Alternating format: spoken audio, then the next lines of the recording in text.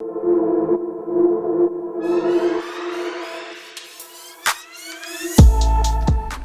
I've got my clean cut there, and you can see it's right around the length of this, so it fills up that whole inside. And then I'll take it and I'll be careful, and I'll just try to make sure I get all the strands in there. And see, it's a very nice snug fit.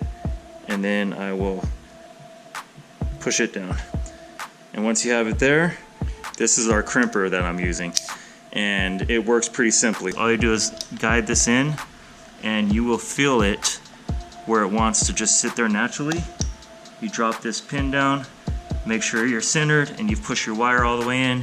Again, I'm keeping a bend in this wire so it crimps it while it's actually got the bend that it will have.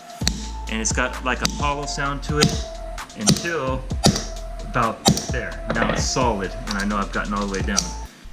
And once you've done that, you can see you get a nice quality crimp, and then it's ready just to put the heat shrink over it. So I'm going to do the same thing on this other side. Again, I will keep the bend in this just so I keep the form.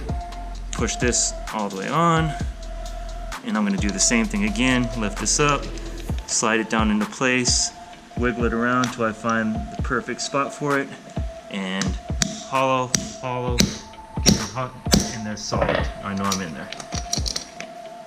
So that's it. That's how you can put your terminal rings on the end of these thick gauge wires.